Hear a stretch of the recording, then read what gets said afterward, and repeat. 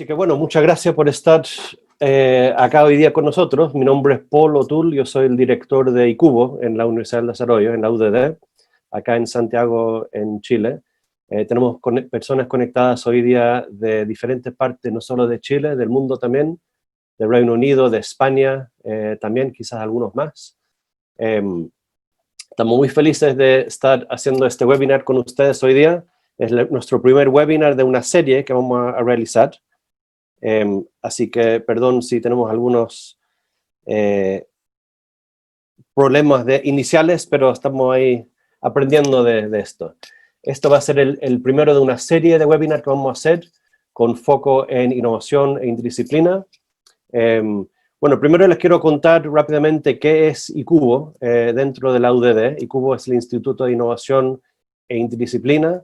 Existe hace unos 10, 12 años acá en la UDD y nosotros nos dedicamos básicamente a enseñar innovación y también hace unos 2 años también a promover la interdisciplina dentro de la UDD. Después que yo termine de hablar ahora va a presentarse Alejandra Quintana, que es la subdirectora de interdisciplina acá en la UDD. ¿Y por qué estamos haciendo este webinar hoy día? Este webinar, el foco es interdisciplina. Queríamos invitar a 3 personas. Si tienen micrófono prendido, por favor, si lo pueden apagar. Gracias.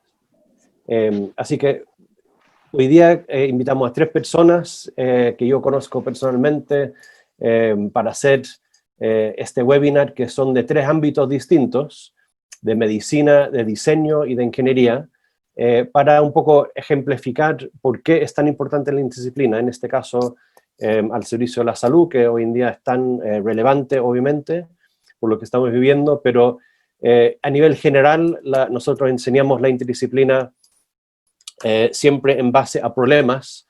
En inglés se dice wicked problems, es una frase que está muy de moda, básicamente se puede traducir como problemas complejos, y la interdisciplina se usa para este tipo de problemas donde se requiere una perspectiva de 360 grados de distintos puntos de vista.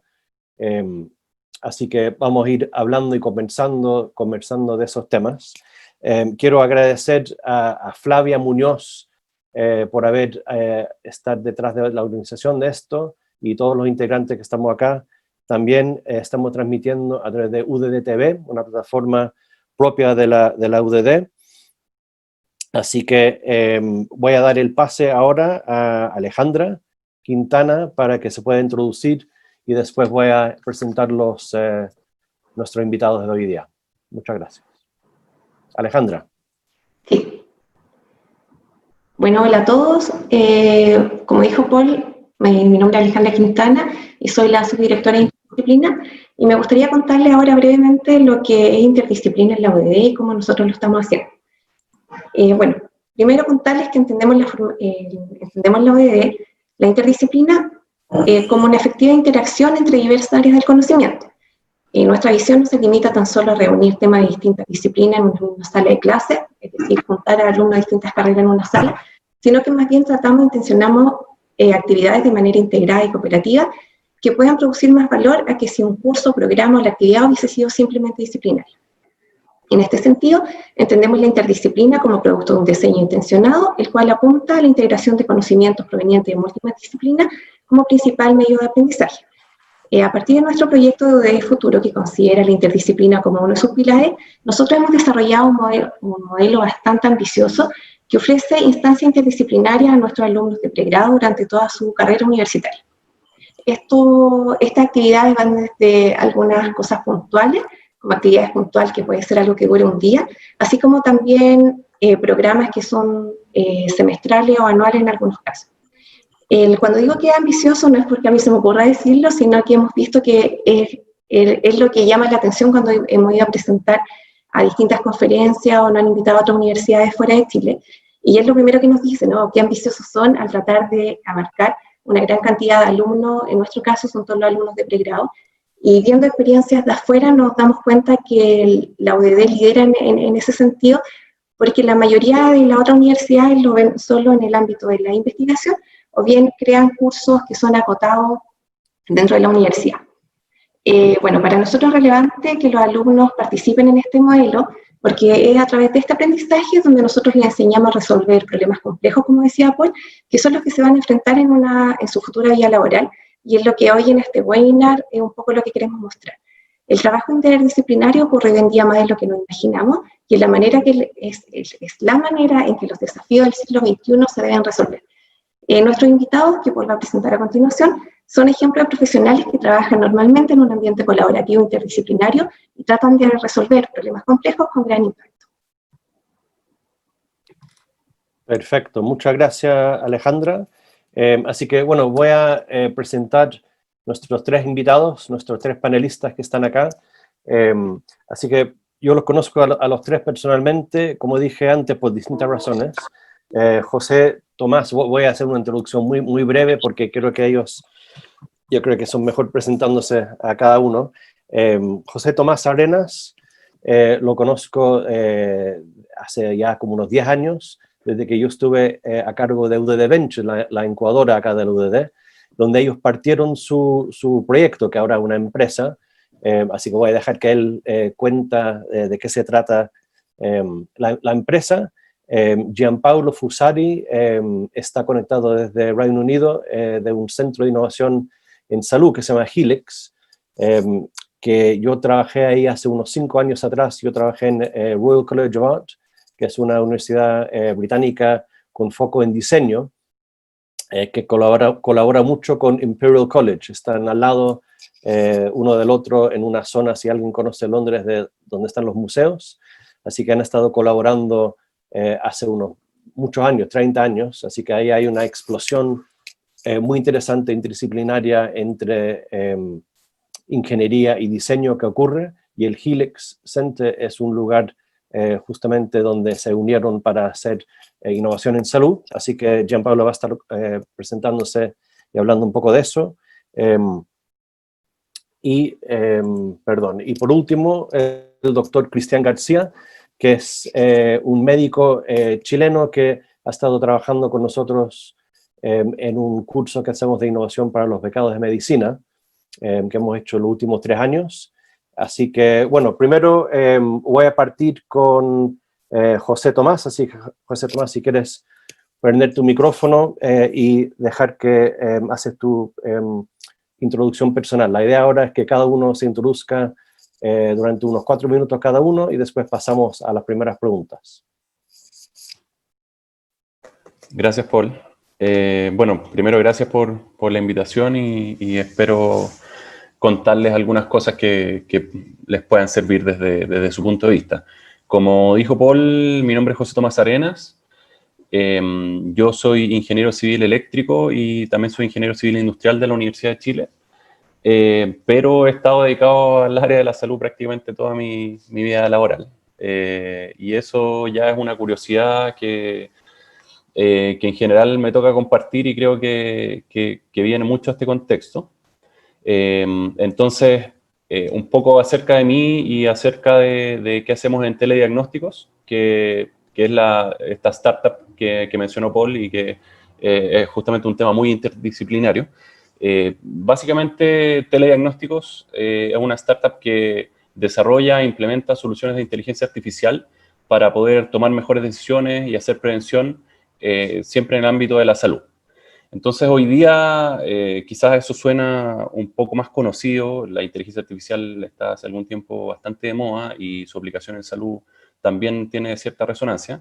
Pero cuando nosotros empezamos a trabajar en esto en el año 2011, sonaba como una locura. Entonces, eso también es un factor interesante y que habla un poco de cómo quizás estamos poco acostumbrados a la interdisciplina y a que gente de otros sectores se meta en ciertas áreas. Entonces, ¿qué es lo que hacemos? Bueno, nosotros partimos con un proyecto puntual que se llama DART y que es una plataforma para la detección automática de la enfermedad que produce más ceguera en la población adulta en el mundo, que es la ceguera por diabetes.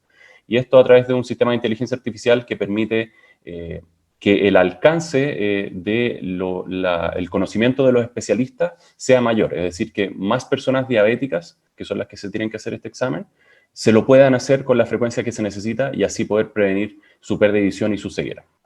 Entonces, nosotros partimos, como dije, en el año 2011, justamente cuando yo además era estudiante, entonces creo que eso conecta bastante con el foco de lo que estamos conversando hoy día, pero yo desde el primer momento conecté con un oftalmólogo, con un médico, y en realidad somos 3 socios, y el otro socio también es un ingeniero, pero ellos 2 son más senior, digamos. Entonces ahí, de manera un poco circunstancial, se dio esta conexión entre estas 2 áreas, y al final, en ese momento nos dimos cuenta que este tremendo problema, que era el acceso a un examen diagnóstico relativamente complejo, no tenía una solución tradicional. Entonces ahí vimos que la inteligencia artificial y juntar estos 2 mundos era lo que podía hacer que encontraran una solución.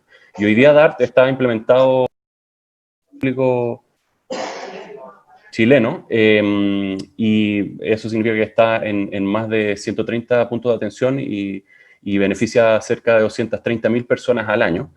Y de esa manera nosotros también empezamos a escalar a nivel de solución cuáles eran las otras cosas que podíamos hacer con inteligencia artificial y con impacto en salud. Entonces, en ese sentido, hoy día, aparte de DART en oftalmología, que estamos empujando para que se internacionalice, estamos viendo también soluciones en radiología y en otras áreas. Entonces, eso básicamente, muy en resumen, un poco de la historia, y entre paréntesis también lo que dice Paul es cierto, porque UD Ventures fue la primera institución de varias que nos apoyó, así que probablemente no estaríamos aquí si no fuera por ella. Así que gracias también por eso, Paul. Muchas gracias, José Tomás, y de nada. Así que el segundo que se va a presentar ahora, Cristian, doctor Cristian García, tiene la palabra. Hola, voy a hacer una aclaración, a contarles lo que aprendí, hacerles un compromiso y después presentarme. Cuando nos invitaron acá, y esto se difundió bastante, y lo conversamos con Paul y con el equipo, nos hicieron ver que habíamos tenido un panel solo de hombres, y la verdad que, por no sé si deformación o mala formación, nuestra estructura que tenemos en el mundo hoy en día, y en el cual hemos sido criados y formados, yo en lo personal no me di cuenta de esa diferencia, de eso. Creo que me lo hicieron ver, lo conversamos también con el equipo, quienes también, esto es una serie de seminarios, de hablar de innovación, hablar de interdisciplinaridad, y claro, dejar afuera una parte importante y una visión que quizás está tan o más importante, y que históricamente ha estado afuera, como son las mujeres. Creo que hay que tomarlo en cuenta. A mí, y para serles franco, primera vez que me lo hacen ver así tan claramente, asumo completamente el error y el compromiso. Aprendí a preguntar, y eso lo conversamos también con el equipo, creo que tenemos que estar muy conscientes de la participación de las mujeres en esto. Aprendí a preguntar, a chequear. Sabemos que por estructura, no todas las mujeres no han tenido el mismo acceso, por ejemplo, a las áreas de la ingeniería, de las matemáticas, de la ciencia, y eso es evidente. Y no siempre se va a encontrar, pero al menos lo que tenemos que estar constantemente es hacer ver y que la participación en estos paneles va a ser importante, como va a ser en el futuro, y como lo hemos conversado con el equipo. Segundo, aprender a chequear, y hay instituciones, y eso lo aprendí también, y creo que va a ser útil para mí, y quizás útil para muchas de las personas que están escuchando. Hay instituciones como la que conocí, que se llama Hay Mujeres, donde tienen un listado de muchas mujeres expertas en muchísimos temas que uno puede siempre chequear. Y mi compromiso personal con esto es evitar cualquier paneles que estén solamente hombres, y exigir al menos que se chequee con instituciones como esta para asegurar esta visión, porque, y vuelvo un poquito a la interdisciplina, porque la visión que han tenido las mujeres, y estamos en un mundo que ha sido mandatado por nosotros, hombres de edad media, de raza blanca, me tienen aquí, exactamente eso, y que hemos sido privilegiados por un sistema que ha privilegiado a las personas que tienen mejor estatus socioeconómico. Así que creo que hacer esa aclaración es importante. Les quiero agradecer a Paul y a todo el equipo, a Alejarda, a Flavia, por por la conversación que tuvimos al respecto y la apertura también. Así que muchas gracias. Y me presento. Yo soy médico, aunque a veces digo que soy cada día menos médico, porque ya no me dedico a atender pacientes, sino que, como decía Emilio Coni, un salubrista argentino, he sido médico no de enfermos, sino que de pueblos y ciudades, ver a la enfermedad y los procesos de salud-enfermedad de una perspectiva más amplia, desde las poblaciones. Estudié un máster en salud pública en la Universidad de Chile, con una profundización en políticas públicas y economía de la salud. Trabajé mucho tiempo en el Ministerio de Salud a cargo del Programa Nacional de Tuberculosis, a cargo del Departamento de Enfermedades Transmisibles, y en el 2014 me fui a Estados Unidos, hice un doctorado en salud pública en epidemiología, donde he trabajado principalmente las dinámicas de enfermedades transmisibles, ocupando técnicas que ocupan ahí los ingenieros eléctricos, que son series de Fourier, wavelets, y para determinar patrones espaciotemporales. Por lo tanto, lo que está pasando ahora con el COVID es como parte de lo que más me ha tocado estudiar, ha sido mi tema más importante, el de la influenza, pero se parece mucho en cuanto a cómo enfrentar este tipo de enfermedades. Trabajé en atención primaria, donde me tocó participar, y, por ejemplo, para el tema de interdisciplina, trabajábamos y atendíamos juntos con las psicólogas para aprender unos con otros. Organicé iniciativas de cirugías menores, donde tratábamos de reducir los tiempos de espera de las personas para cirugías simples ¿cómo se llama? Lunares o quistes y cosas, y ocupábamos todo un análisis de proceso para determinar exactamente qué es lo que estábamos haciendo, cuándo lo estábamos haciendo. Siempre aprendiendo desde las otras áreas. Yo creo que ahí está lo importante y lo que vamos a poder comentar después. Después, en el ministerio, tratando siempre de incorporar las visiones de otras profesiones. De hecho, mis dos, madres profesionales en la salud pública fueron dos enfermeras, en la Seremia de Salud y en el Ministerio de Salud, donde Carmen Plana y Zulema Torres, dos tremendas enfermeras que me enseñaron mucho desde su perspectiva de una conexión un poquito más humana incluso en esto. Y desde septiembre estoy en la Universidad de Santiago, soy académico investigador, ahora estoy a cargo de toda la coordinación del tema de COVID, y bueno, también haciendo algunas otras charlas y capacitaciones al respecto. Así que después vamos a conversar un poquito más de la interdisciplina y cómo se ve. Así que muchas gracias por la invitación, Paul, y Alejandra y Flavia.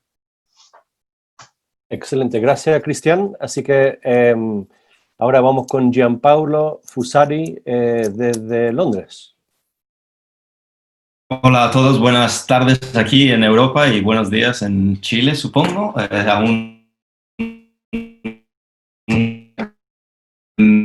Sí, también quisiera iniciar por darle las gracias a Paul por la invitación, por pensar en mí. Y en cuanto vi a las dos personas con las que estoy compartiendo a lo que se dedicaban y su perfil, me pareció muy interesante poder compartir estos momentos con ustedes y ofrecer mi perspectiva desde el punto de vista del diseño y la interdisciplinaridad, que para nosotros diseñadores, supongo que hay unos cuantos en la audiencia.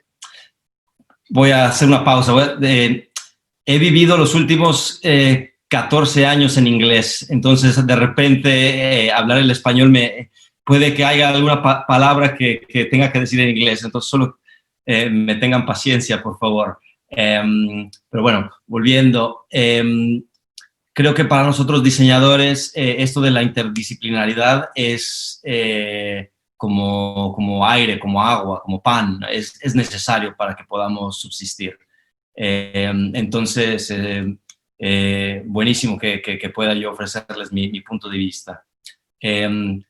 Como les digo, bueno, también hacer un acknowledgement, un reconocimiento a las palabras de Cristian acerca de esta omisión, que hasta que lo mencionaste no lo había notado yo tampoco. Entonces, sí, claro que es importantísimo. Y también nosotros los hombres no seríamos nada. También ser parte de esta dualidad hombre-mujer es como aire, comida para nosotros, ¿no? Entonces, el escenario tiene que elevarse para todos y ser igual para todos.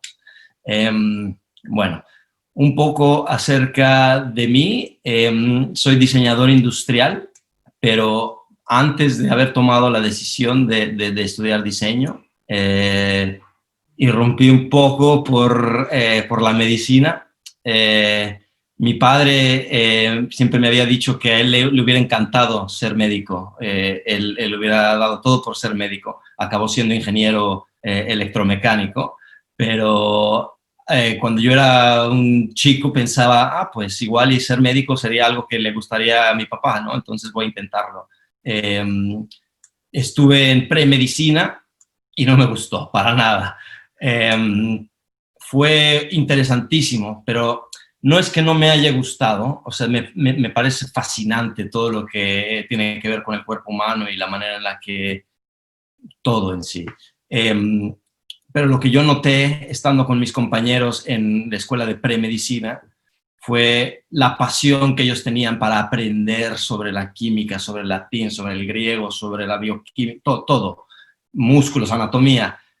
Y yo nada más no tenía esa pasión. Me veía en mí que podía forzarme ahí a través de esos 5 años, pero no iba a ser lo mío. Yo me veía a mí dibujando todo el tiempo y más bien siempre en busca de hacer cosas con mis manos. Entonces tomé la decisión de dejar eso y buscar algo más para mí, y el diseño industrial fue algo que encontré, nunca pensando volver a la salud o al sector médico, sino más bien a producir objetos que mejoren la vida, ¿no? En general. Para mí el diseño es una manera en la que se puede dar un beneficio a la sociedad. Siempre lo he visto de esa manera. Pero bueno, después de terminar mi bachelor's degree, mi primer título,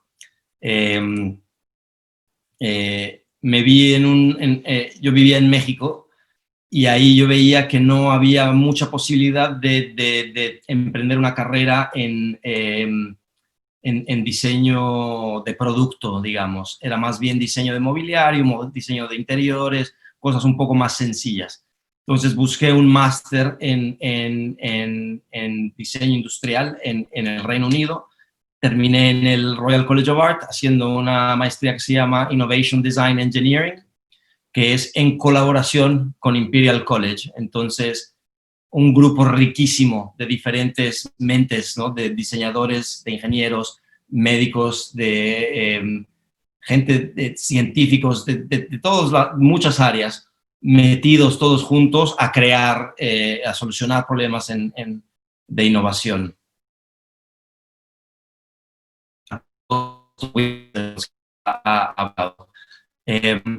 Al terminar esa carrera, o al terminar mi maestría, tuve la oportunidad de entrar en un centro de investigación llamado el Helen Hamlin Center for Design, que es parte del Royal College of Art. Dentro del Helen Hamlin Center for Design tienen un centro de salud también, ¿no? Diseño para la salud. Y ahí entré al diseño en salud. Eso fue ya hace 10 años, entonces llevo 10 años trabajando solamente en diseño en salud. Pero vuelvo a lo que digo, que la colaboración es esencial para alguien como yo, que mis skills, lo que yo sé hacer es más bien entender el comportamiento de las personas y entender un poco sobre ingeniería, entender un poco sobre ciencia, un poco sobre todo, y mezclar esas cosas para generar una solución que pueda servir a algún problema.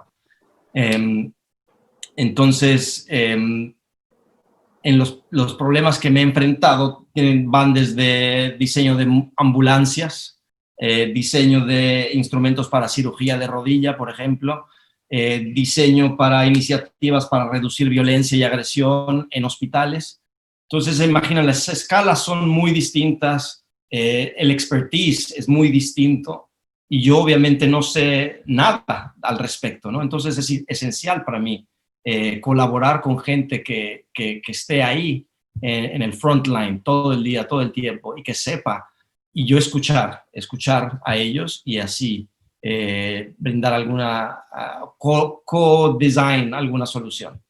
En el Helen Hamlin, esta ambulancia que les he comentado fue diseñada en colaboración con Imperial College, y esto fue antes de que existiera el Helix Center, pero a partir de ese proyecto se pensó que esta colaboración es fructífera y por qué no formalizarla un poco más, y de ahí nació el Helix Center. Les voy a hablar un poco más del Helix Center más adelante, pero creo que pararé ahí y le doy el micrófono de regreso a Paul. Muchas gracias, Gianpaolo. Perdón, Alejandra, adelante. Sí, no, como para comenzar me gustaría hacerle una primera pregunta, que es un poco lo que hablaba Jean-Paul, que en el fondo es por supuesto que nosotros entendemos que la colaboración es un elemento importante y necesario para que ocurra efectivamente un trabajo interdisciplinario, pero me gustaría que nos pudieran profundizar un poquito más de los elementos que ustedes consideran indispensables para que un proyecto como en el que ustedes han visto involucrado pueda funcionar efectivamente. José Tomás, no sé si... Sí. Bueno, puedo partir dando mi punto de vista respecto a eso.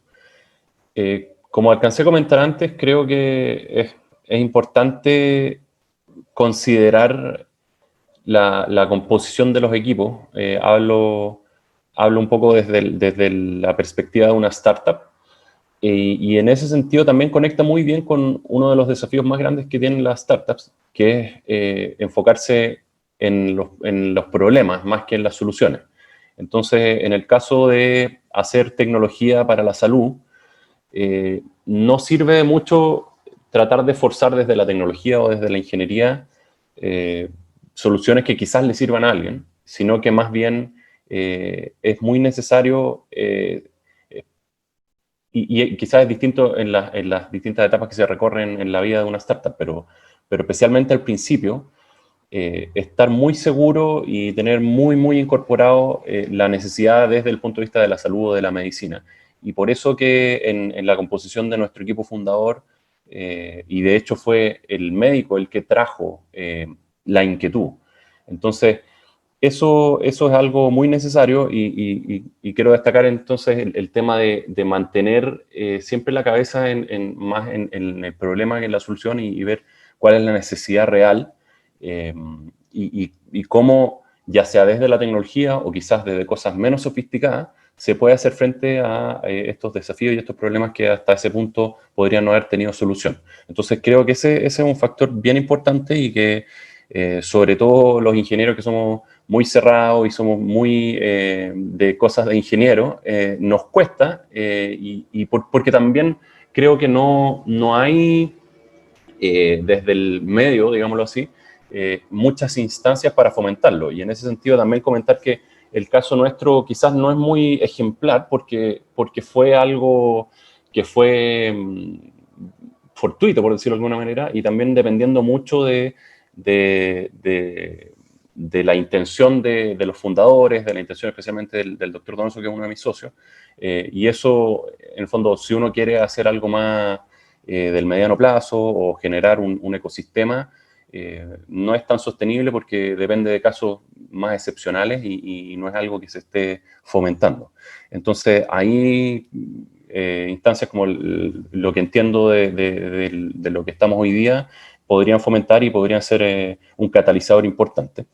Dentro de otras cosas, específicamente de cómo la ingeniería o la tecnología puede operar o puede impactar en salud, creo que hay algunas diferencias, por ejemplo, con otros sectores y que tienen que ver con, por ejemplo, los protocolos, cuál es la velocidad en la que se pueden hacer o no hacer las cosas, cuáles son los temas culturales que se deben tener en cuenta y que tiene que ver con esto también, porque puede ser muy distinto, como decía, a otros sectores y hay que tener quizás más factores en consideración. Entonces ahí la interdisciplinariedad también juega un rol importante para suavizar un poco ese aterrizaje entre cosas que originalmente no están muy relacionadas. Y relacionado o ligado con eso mismo, cosas quizás que pueden ser tan simples, pero se pueden omitir fácilmente, como es el lenguaje. Entonces, cómo desde distintas disciplinas y específicamente desde la ingeniería y la medicina o la salud en general, hay que hacer ciertas adaptaciones, como, no sé, cómo la palabra sistema puede significar algo para mí. Yo te puedo hablar una hora sobre sistema y mi contraparte está entendiendo otra cosa. Entonces, hay ciertas cosas del lenguaje, e incluso a veces nosotros bromeamos en que estamos cableados de manera distinta. Entonces, eso es algo súper importante, ya sea cuando se tienen discusiones o cuando se busca llegar a una solución tecnológica.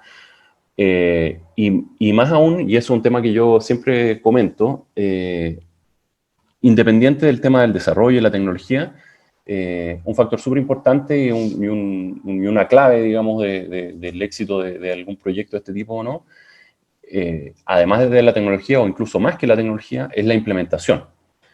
Porque una tecnología, por ejemplo, un algoritmo de inteligencia artificial o lo que sea, puede funcionar muy bien a nivel de laboratorio, a nivel de base de datos controlada, a nivel teórico, y funciona perfecto y está bien. Pero de ahí a que eso funcione por ejemplo, en un clinical setting, o con pacientes reales, o independientemente de los pacientes, en un entorno en que hay personas del área de la salud o de otras áreas que están intentando usar alguna herramienta, es un mundo de diferencia. Entonces, ese es un tema que vuelvo sobre el tema cultural, por ejemplo, sobre la comunicación. Entonces, empiezan a entrar otros elementos que quizás se enseñan poco en la escuela de ingeniería, pero que en el mundo real y específicamente en algo que puede ser desafiante como hacer cosas interdisciplinarias, y como dije en algún momento, juntar estos dos mundos que están muy separados puede ser un tema que puede mover mucho la aguja. Entonces, también hacer énfasis en eso. O sea, creo que específicamente la tecnología y la salud, como quizás también se da en otros sectores, son mundos distintos. O sea, son cosas que históricamente han estado muy separadas.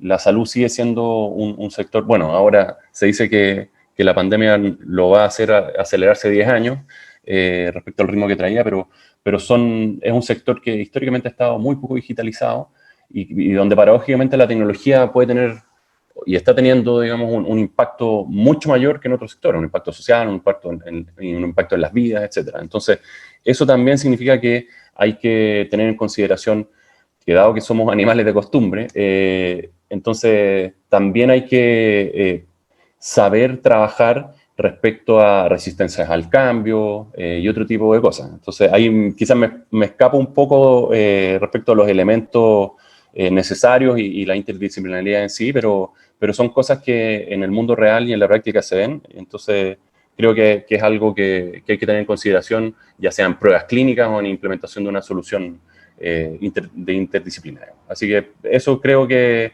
son algunas de las cosas que a mí me ha tocado ver y que creo que son importantes a tener en consideración.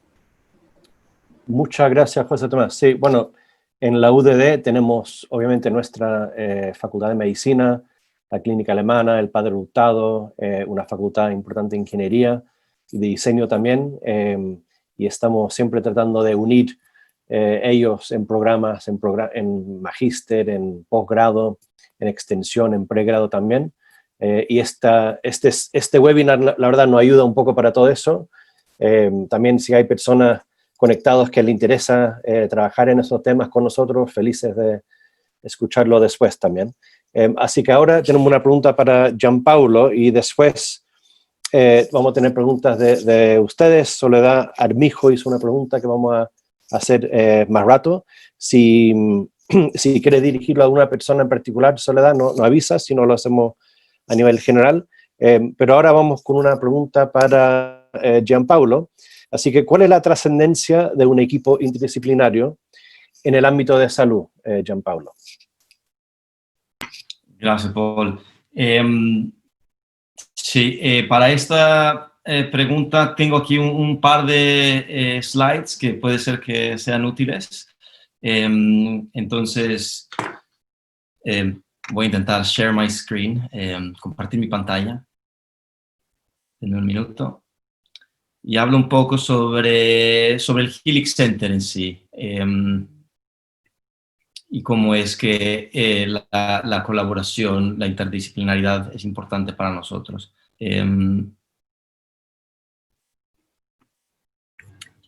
¿Se ve? Nada más alguien dígame si sí o si no, porque yo ya no los veo a ustedes. Se ve, seguro. Perfecto, perfecto. Ok. Voy a entrar en presentation mode.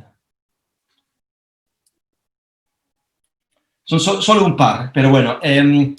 Nuestra filosofía en el Helix Center es el hacer mejor la salud y el cuidado de la salud a través de esta colaboración. Estamos localizados dentro de un hospital. Esta foto a la derecha se ve el Helix Box. Perdón, a la izquierda es el Helix Box, es esta caja de vidrio, que es nuestro centro de colaboración. Y ese al fondo que dice St. Mary's es el hospital que probablemente, no sé qué tanto sigan a la familia real en Chile, pero es el hospital en donde los últimos principitos y princesitas han nacido. Pero bueno, la importancia de este sitio, voy a retomar eso, porque ese es para nosotros el símbolo de esta colaboración, de alguna manera.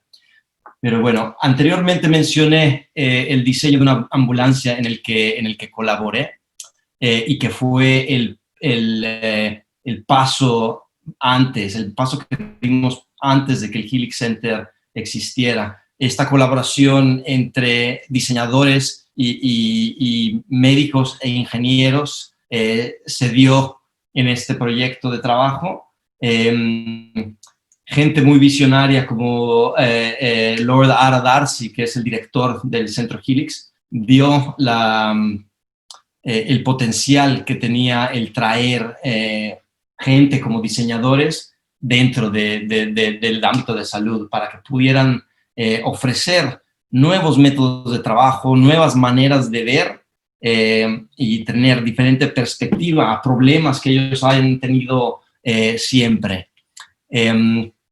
Entonces, después de este proyecto que fue bastante exitoso a nivel del Reino Unido y también a nivel de diseño, a nivel de mostrar cómo con un poco de ver esto que decía de diferentes perspectivas,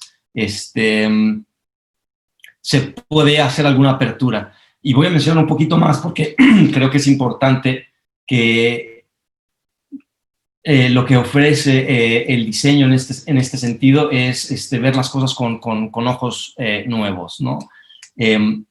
Muchas de las soluciones que se han ofrecido en un proyecto como este no son ciencia, rocket science, o sea, no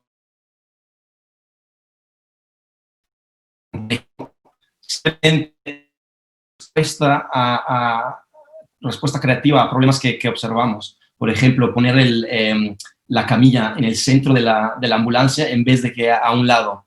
Probablemente a alguien se le ocurrió antes que a nosotros, pero no se ejecutó porque la mentalidad también muchas veces puede ser que it's never been done that way, o sea, nunca se ha hecho de esta manera, entonces, ¿por qué no lo debemos de hacer? Pero la nueva perspectiva del diseño dice, ¿por qué no? Más bien.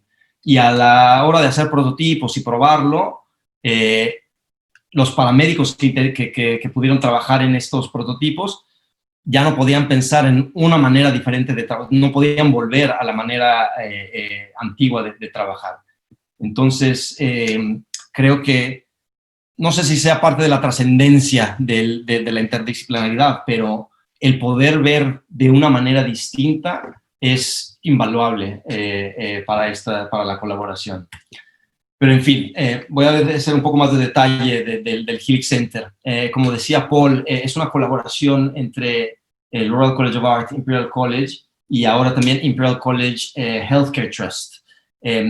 Quien sepa un poco del sistema de salud en el Reino Unido, el NHS, o más bien en Inglaterra en específico, está dividido en diferentes trusts. No sé bien la palabra en español, pero Imperial College tiene un núcleo de diferentes hospitales. Entonces es un hospital muy similar al que tienen ustedes ahí en Santiago con la UDD, que es un hospital, teaching hospital, ¿no? Es un hospital universitario. Entonces, la colaboración entre la Universidad Imperial y el NHS es muy clara ahí. Entonces, para nosotros es facilísimo tener acceso a lo que está sucediendo en el frontline. Pero va más allá, no es solamente en nombre, sino también ni en experiencia, sino en todos los proyectos que nosotros generamos, en todos los equipos que generamos para hacer proyectos. Esta interdisciplinaridad se personifica. Entonces, en cada proyecto que tenemos existe la especialidad de diseño, la especialidad de ingeniería, la especialidad de salud o de la materia de que estamos trabajando en todos estos diferentes proyectos en los que hemos podido colaborar. Desde cuidado al fin de vida a rehabilitación después de ictus de cerebro, de infarto de cerebro. Todos los proyectos que hemos podido colaborar, tenemos la fortuna de poder tener una mente que viene de diferente perspectiva.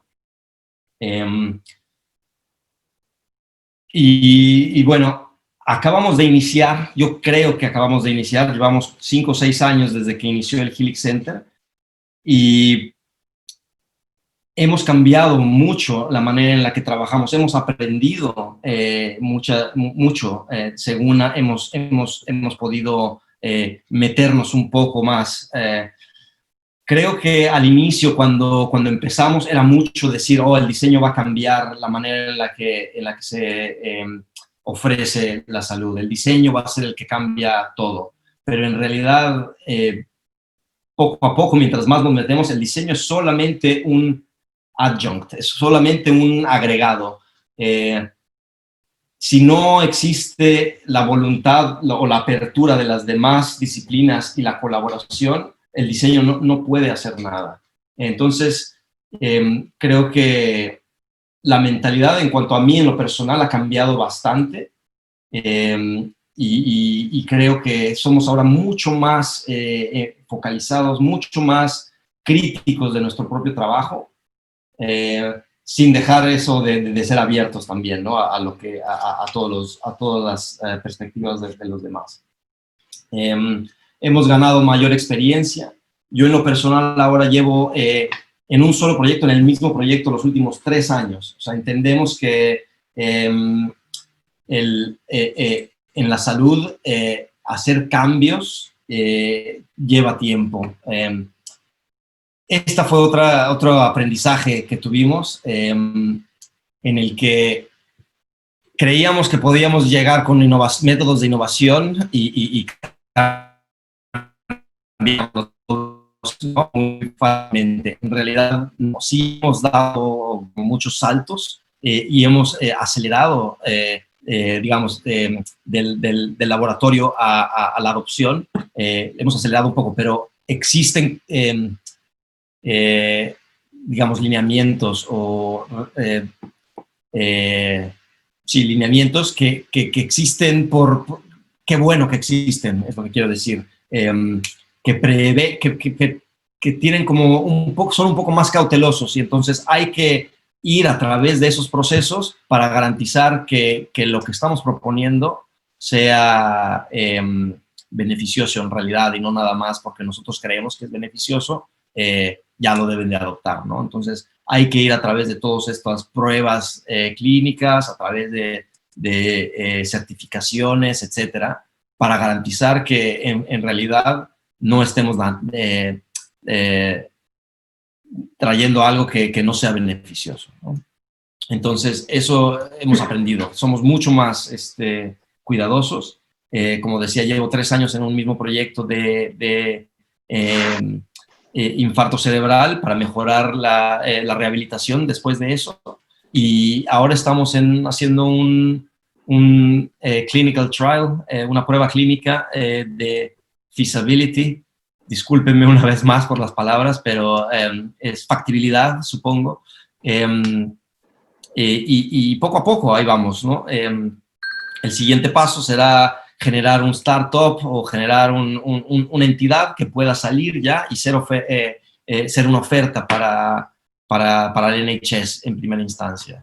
Entonces, bueno, para concluir en la pregunta, que no sé si la respondí o no, pero la trascendencia de la interdisciplinariedad para mí es la apertura a todos esos puntos de vista y ser un poco humildes en ese proceso, y es un proceso que no acaba. Para mí, no creo que en un día digamos, el Helix ya tiene un método establecido y esto es lo que se hace. No, cada vez vamos a aprender más. Y creo que lo que dijo José Tomás acerca de estar más tiempo analizando el problema a la solución es importantísimo. Es importantísimo que entendamos el problema a través de todas las perspectivas. Y eso es lo que da la interdisciplinaridad. Sin eso no podremos entender el punto de vista de todos en el problema. Muchas gracias, Gianpablo. Creo que contestaste la pregunta y mucho más también. Gracias, un gran aporte. Para continuar, nos gustaría hacerle una pregunta a Cristian García. Y como sabemos que él estuvo trabajando en políticas públicas, nos interesa saber su opinión de cómo influye contar con una perspectiva interdisciplinaria a la hora de tomar decisiones. Es un poco lo que estamos viendo, lo que sucede hoy día con la pandemia del COVID-19 y cómo las autoridades han tenido que tratar de mirar otras perspectivas para que el impacto de las decisiones sea mayor, más grande. Cristian. Bueno, gracias. Voy a compartirle un pequeño video como introductorio para hacer algunos de los puntos. Mientras lo hago, quería comentar, que me parece súper interesante, José Tomás y Gianpablo dan en el clavo en dos cosas que son fundamentales. Uno, claro, trabajar en equipo y equipos distintos, pero también lo que entiendo ellos comentaban es siempre esa barrera cultural.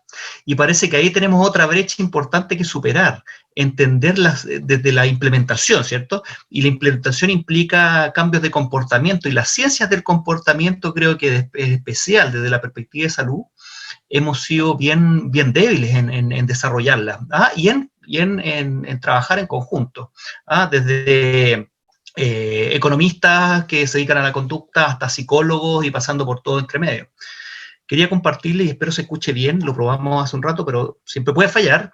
Esto lo vi anoche y creo que refleja muy bien lo que nosotros queremos ver en esta ocasión de este seminario.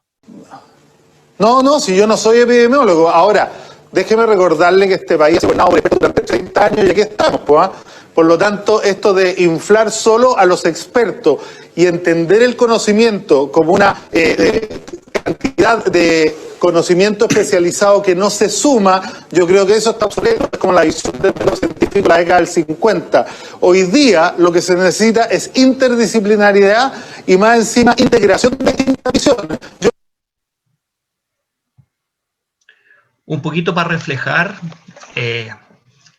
todos tenemos nuestra opinión respecto a la participación del alcalde Jadwe en distintas formas. Me ha tocado a mí en especial discutir con él en alguna ocasión en los medios, pero creo que aquí da un poco en el clavo, dado que estamos en tiempos que son bien extraños, son tiempos donde la élite y la autoridad ha sido cuestionada por distintas razones. Y dentro de eso la ciencia también es parte del acceso a la información, el acceso al conocimiento sigue siendo parte de una élite.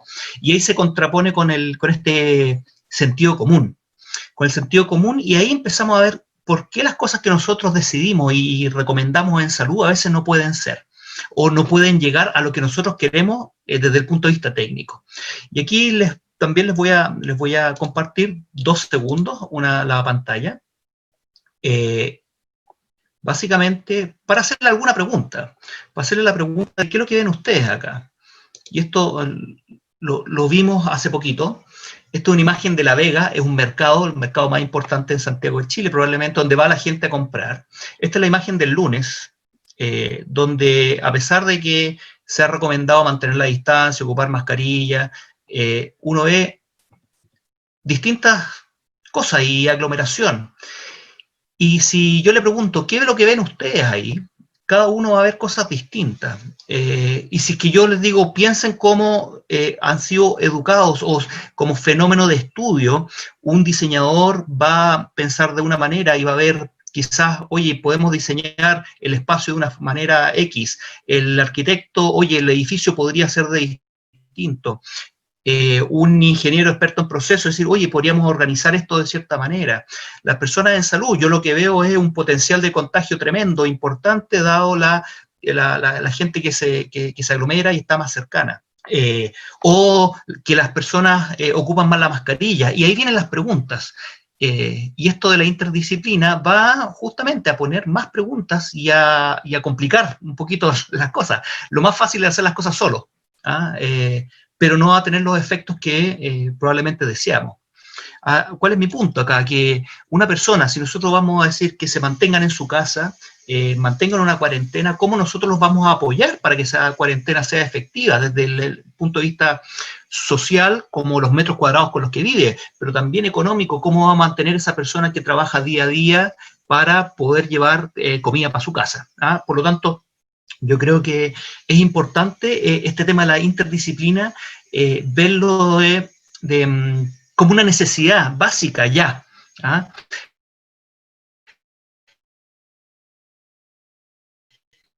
Y entendemos, hemos llegado muy lejos, profundizar. O sea, yo más que dedicarme a medicina, me dedico a la salud pública, a salud desde la perspectiva poblacional. Entonces, mi punto es, nosotros hemos sido formados en silos de conocimiento, donde una persona toma un tema y se especializa, que está muy bien, y eso es lo clásico, muy profundo en un tema muy pequeño. Pero creo que tenemos que pasar, y los desafíos más importantes en la medicina, pero en todos los sectores, y especial para tomar decisiones en salud, o en economía, o en políticas públicas en general, necesitamos ciertos líderes, ciertas personas que sean capaces de tener una estructura en T. ¿A qué me refiero con esto? Que sean muy, muy profundos en un tema bien específico, que le va a dar desde su validez, pero también la capacidad de analizar, pero también que sean transversales y sean capaces de entender un poco de la realidad, de qué es lo que está pasando, del comportamiento, un poco desde la perspectiva de salud, y aquí está mi sesgo, de un poquito de economía, de ciencias sociales también, pero matemática y ciencias de la computación, para poder entender, por ejemplo, las simulaciones que se hacen, interpretar los datos de buena manera.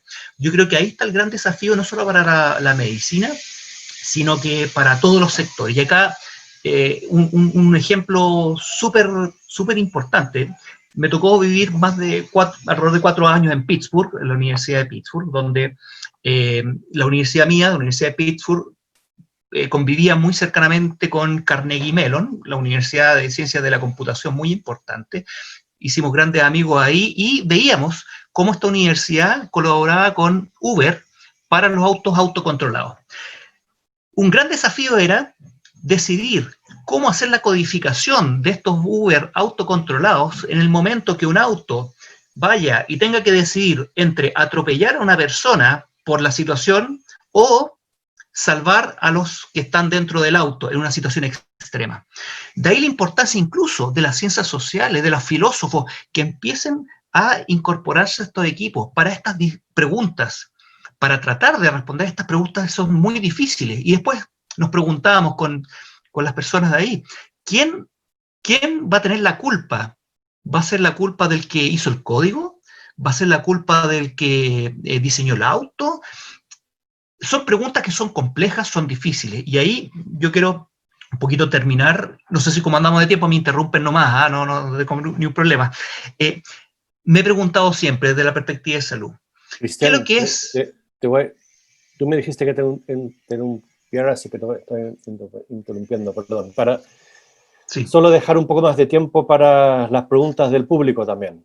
Así que... Sí. Puedo hacer solo y dejo una pregunta planteada. Y siempre yo me he preguntado, ¿qué es lo que es medicina de alta complejidad? Tener un centro y poder hacer una neurocirugía muy específica, o va a ser poder poner de acuerdo a una comunidad para generar las condiciones para que las personas puedan prevenir y controlar mejor, por ejemplo, la diabetes, que depende del acceso de su educación, depende también de su acceso a la comida saludable, etc. Así que les dejo planteada esa pregunta, y yo creo que aquí la parte de la respuesta es la interdisciplina. Perfecto, muchas gracias, Cristian. Se nota la pasión para lo que hace, así que se transmite. No, solo una pequeña acotación. Este webinar estaba fijado hasta las 12, pero vamos a seguir hasta las 12:30.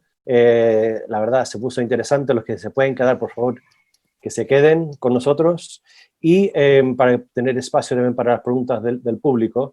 También a todas las personas que tenemos registrado su mail. Si no tenemos su mail, pues lo pueden mandar. Yo voy a darles mi mail después, porque les vamos a mandar un pequeño documento que hemos preparado, que justamente alguien preguntó acerca de programas de pregrado de interdisciplina. Bueno, hemos hecho un poco de investigación a nivel mundial de programas de pregrado, también de posgrado, que existen, de interdisciplinarias, entre ingeniería, diseño y salud. Así que les vamos a mandar esa información para que lo puedan tener. Yo trabajé en una de ellas, como le dije antes, en Londres, que es un programa que se llama Innovation Design Engineering, que es entre ingeniería y diseño más bien. Ahí el spin-off de Helix que habló Gianpaolo salió un poco de eso. Pero hay muchos más en el mundo que están saliendo, y nosotros en la UDD nos interesa mucho, como dije, la interdisciplinaridad, y también queremos crear programas a nivel pregrado y posgrado en esa línea. Así que, Flavia, si quieres introducir alguna pregunta de nuestro público. Sí, pues mira, hay varias preguntas, y la primera de ellas surgió de Soledad Armijo, que es una pregunta para el panel en general. Ella pregunta, ¿qué recomendaciones tienen para el uso de las interfaces de reconocimiento de voz para el uso en telemedicina? ¿Y cuáles para la inteligencia artificial asociada al análisis de la comunicación en estos contextos? A lo mejor podría responder Gianpaolo esta pregunta.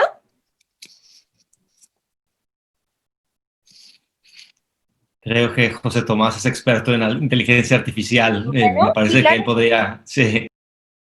Sí, voy a tratar de responderla desde donde la entiendo, pero creo que una de las principales consideraciones es los temas y de los desafíos que tiene el reconocimiento de voz en medicina, son justamente los términos médicos y las cosas que no necesariamente significan lo que literalmente se entiende, pero también una de las consideraciones más importantes respecto a las herramientas que están disponibles hoy día es el tema de idioma, porque no es lo mismo tener que traducir un texto que hay, por ejemplo, en una página web, a que un reconocedor de voz, y especialmente en términos médicos, funcione bien en el idioma que se necesita, y específicamente en español, porque entiendo que hay bastante desarrollo en herramientas en inglés, pero hasta donde yo conozco, todavía en temas en español hay ciertas cosas y ciertos desafíos,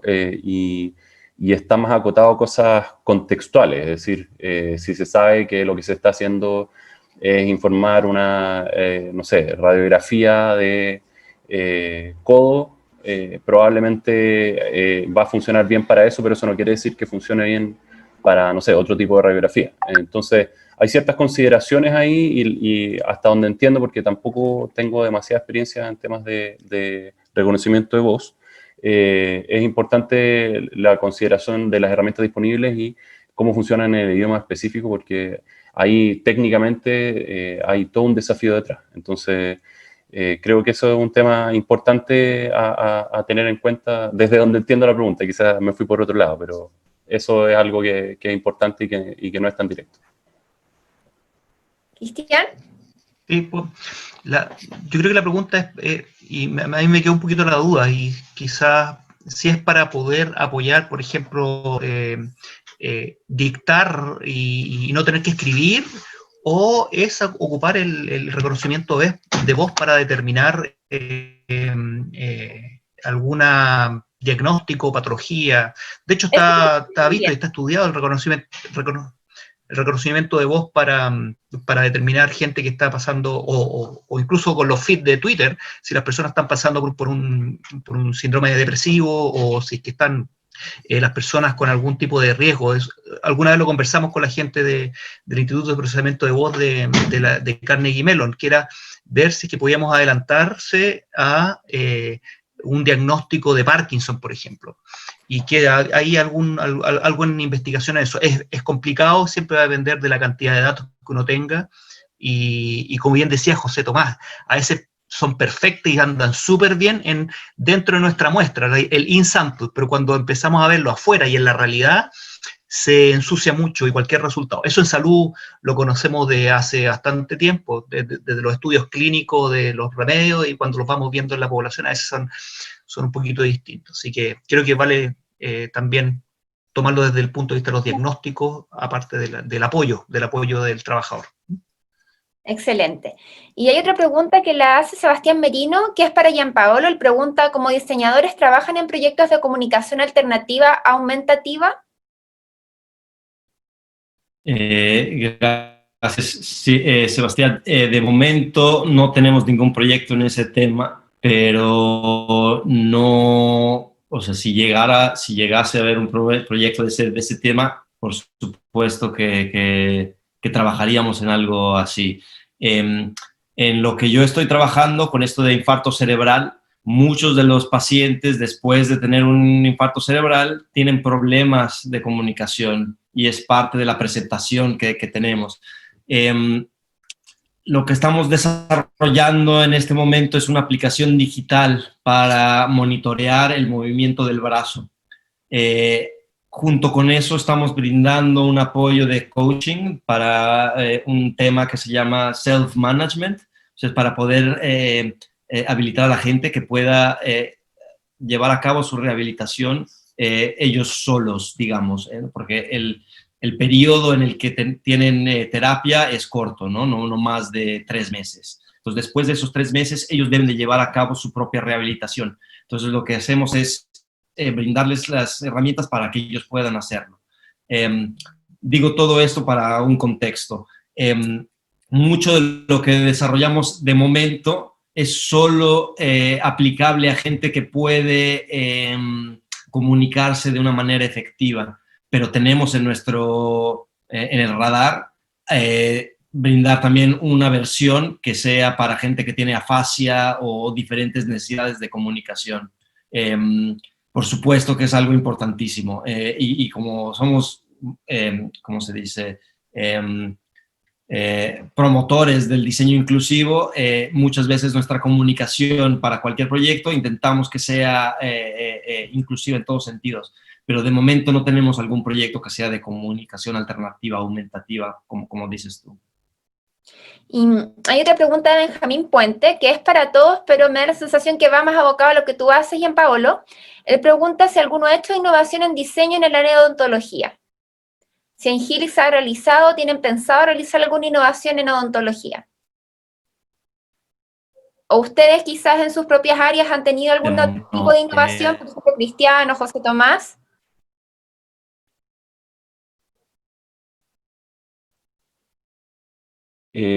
Yo conozco por lo menos un proyecto en odontología que está en etapas tempranas, pero que tiene que ver con procesamiento de imágenes para poder automatizar parte de el diagnóstico de carie en radiografía. Pero no sé si va mucho a la inquietud de si hay un proyecto un poco más grande que se esté desarrollando. Ahora eso, dado que está en el área de inteligencia artificial aplicada a imágenes médicas, yo lo conozco y sé que está en algún grado de desarrollo, pero no podría explayarme mucho más. Hay otra pregunta también que se relaciona más con la interdisciplina y preguntan si alguno ha tenido experiencia en colaboración interdisciplinaria en servicios médicos de traumatología y ortopedia, tomando en cuenta que trabajamos con implantes para osteocentesis. Gracias. Esto lo pregunta Cristian Méndez.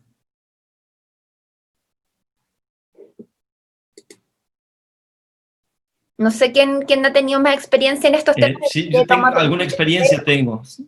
¿Sí?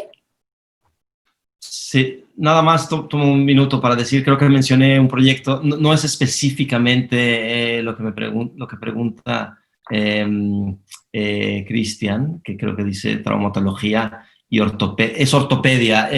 Colaboré en un proyecto de diseño de instrumentos para cirugía de rodilla, entonces ortopedia en sí. Reemplazo total de rodilla.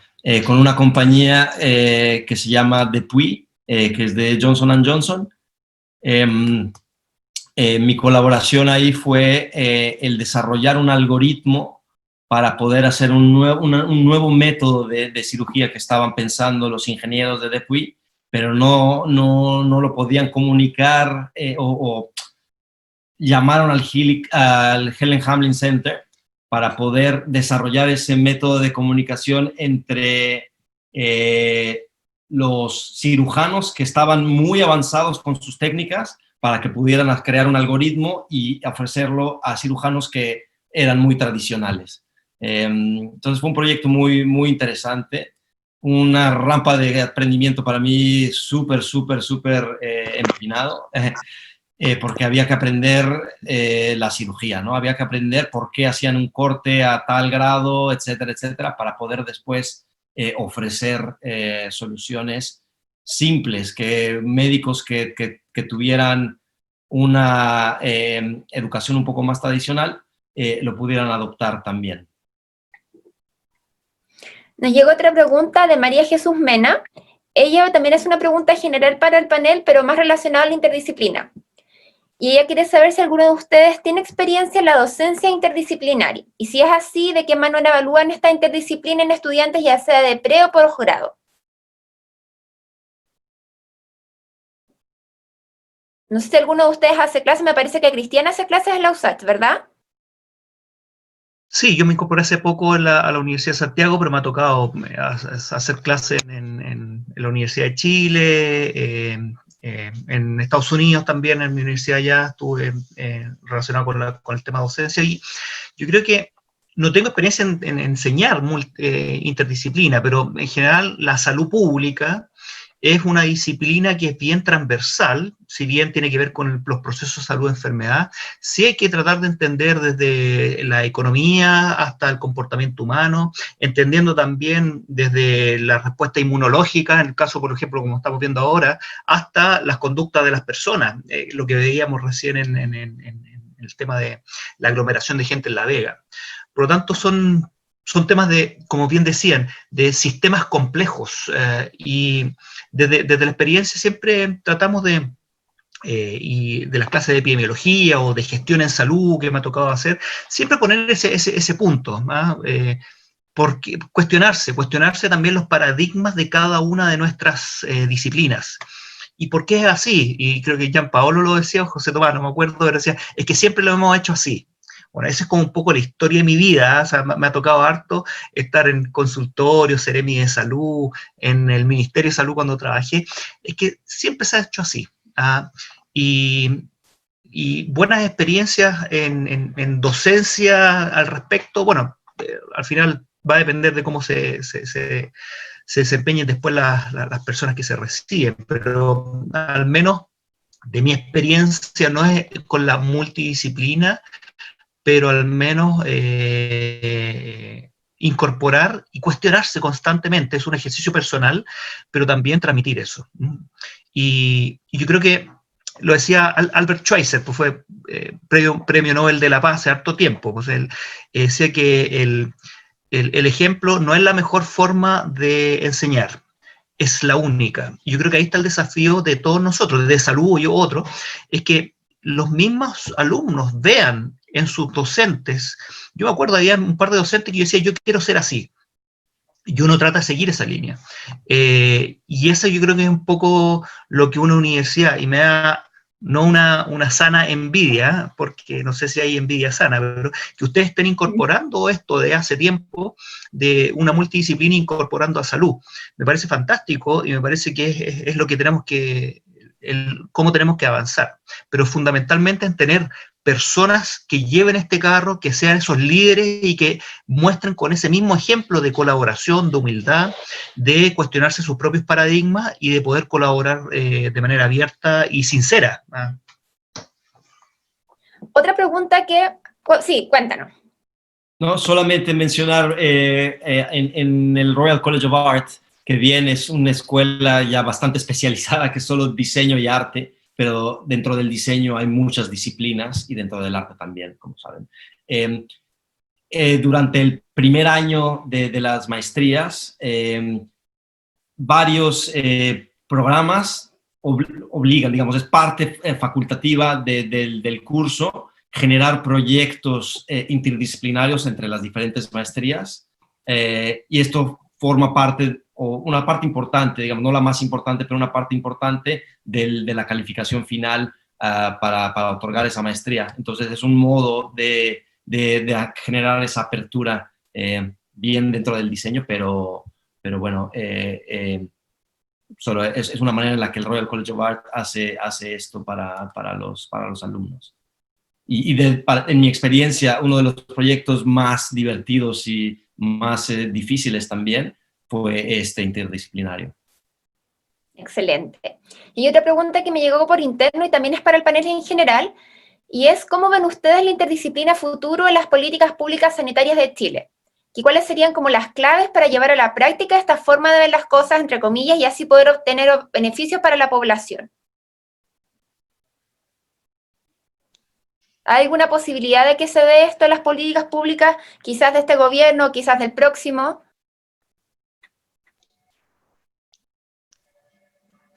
Tomo la pelota. Yo creo.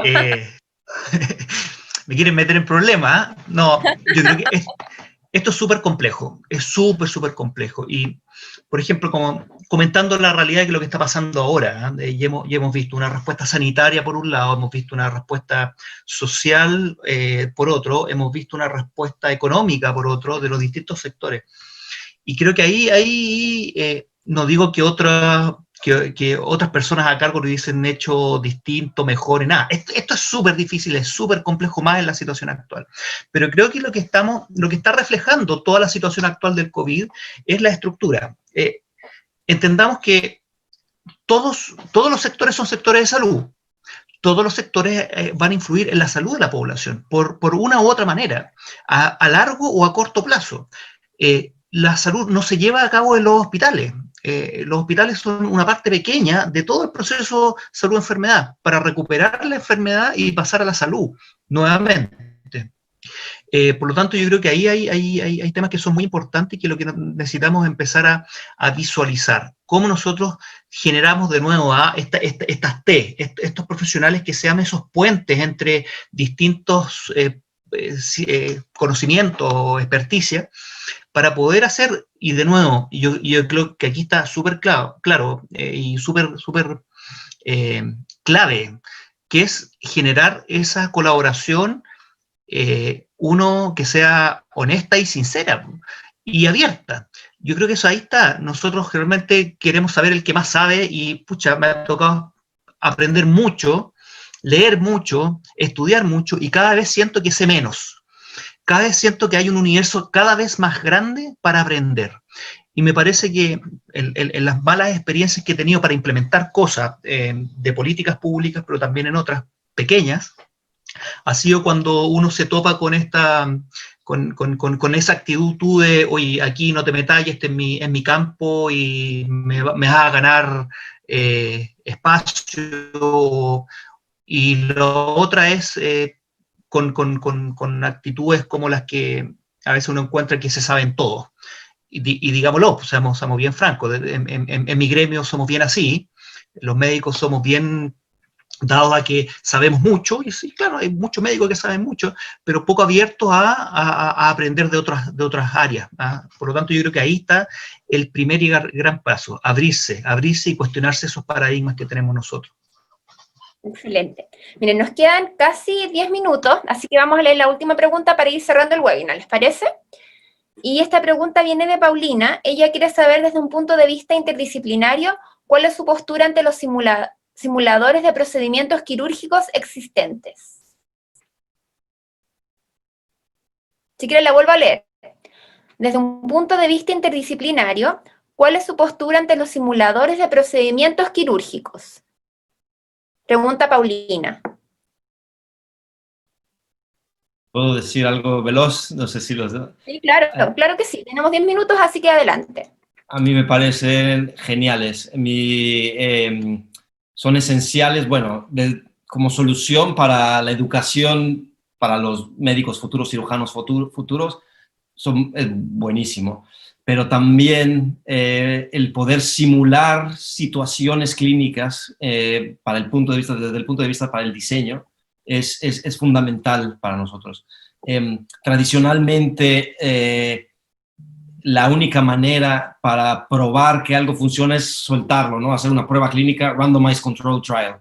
Y no es cierto, no es cierto. La simulación nos puede dar muchísimo y dar respuestas mucho más rápido que generar una prueba clínica masiva que cuesta mucho, tarda mucho. Entonces, para mí la simulación es esencial para acelerar la innovación y para acelerar que una idea sea idea y se implemente.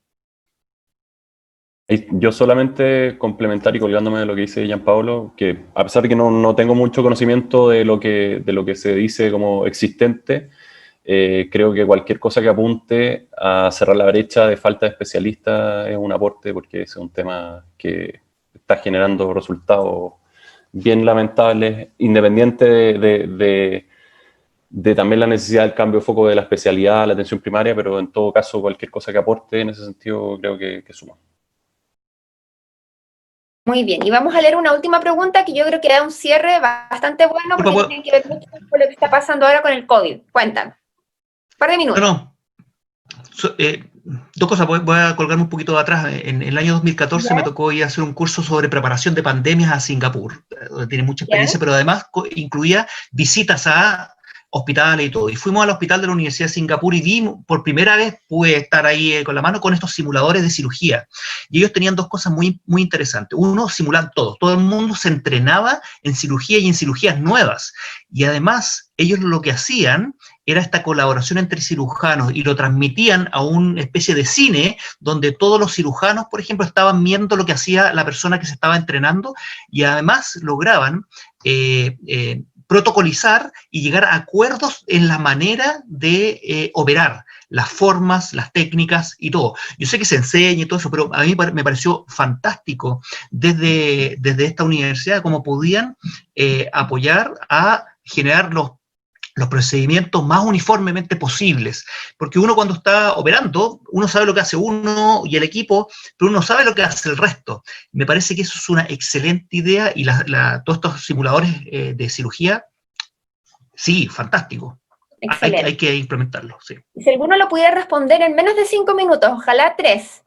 Pregunta Paula Sfura. Ella quiere saber si alguno ha participado en proyectos de interdisciplina, pero específicamente para esta pandemia, para el COVID. Si algún ejemplo que nos quieran compartir. Un ejemplo breve, idealmente. Yo puedo aportar ahí rápidamente. Nosotros ya estábamos trabajando de antes, en realidad, pero para temas de un sistema para el soporte de detección de enfermedades respiratorias en radiografías de tórax.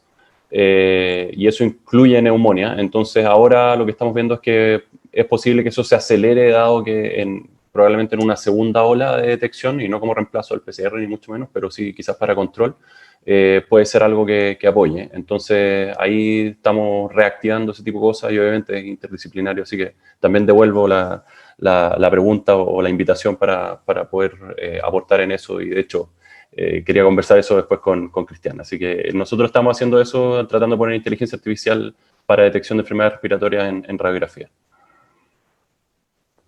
Rapidito, nosotros en la Universidad de Santiago hemos hecho un grupo donde tenemos matemáticos, tenemos expertos en ciencias del transporte, ingenieros geográficos, y donde estamos determinando con modelos geográficamente explícitos los patrones de COVID y otras enfermedades, además de determinar las zonas más vulnerables con técnicas como microsimulación espacial, modelos compartimentales, modelos matemáticos. Entonces hemos estado ahí en discusiones fantásticas tremenda desde el punto de vista académico, pero además nos hemos acercado a las comunas donde le hemos podido simular alguna de estas curvas y le han permitido tomar decisiones, específicamente la comuna del Bosque, que tenemos una muy especial cercanía por convenios que tenemos, y ha sido una experiencia bien gratificante, ¿no? Y lo podremos compartir cuando sea el momento.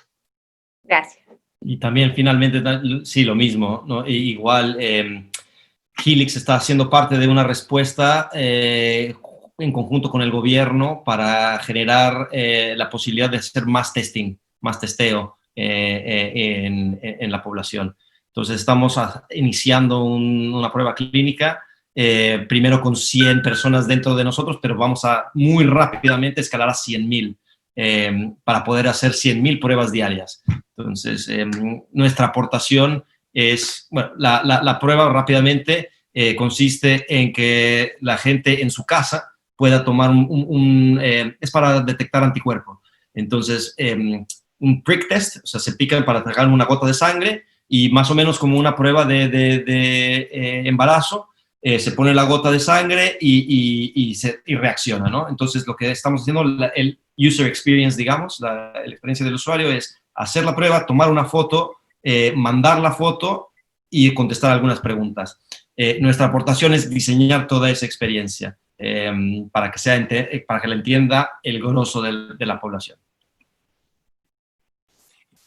Muchas gracias, Gianpaolo. Bueno, para cerrar, antes que nos cortan, porque esto se transmite a través de UDTV, donde tenemos un espacio acotado. Así que muchas gracias a Cristian, a Gianpaolo, a José Tomás por su tiempo, por su gran aporte, a Alejandra, a Flavia. Gracias a todos que estaban escuchándonos. Nosotros, como ICUBO, la verdad, como UDD, tratamos de traer, estamos constantemente colaborando con Helix en Inglaterra. Hicimos unos intentos para tratar de traer a Helix a Chile o una versión de Helix a Chile. Para que sepan, postulamos unos fondos de Corfo, no resultó lamentablemente, pero Gianpaolo ha venido, sí, mal ahí, pero Gianpaolo ha venido a Chile y ojalá cuando pueda va a poder volver y vamos a seguir tratando de traer una versión de Helix a Chile. Yo creo que es un modelo aún muy único en el mundo, lleva unos 4 o 5 años en Reino Unido, pero sigue siendo bastante único en el mundo. Y como dijo Gianpaolo, es not rocket science, no es tan complejo tampoco. El modelo, obviamente lo que hacen es increíble, pero el modelo no es tan complejo replicar. Así que si alguien tiene interés en colaborar con nosotros en ese trabajo, feliz también. Así que muchas gracias a todos y estaremos de vuelta con otros webinars a futuro, algunos de innovación, otros de indisciplina. Si alguien quiere participar con nosotros en un webinar, tiene alguna idea, también feliz de escucharlo. Le vamos a mandar este documento, como dijimos, de los programas de pregrado, posgrado. Así que nada, muchas gracias, ojalá que les gustó y nos estamos viendo.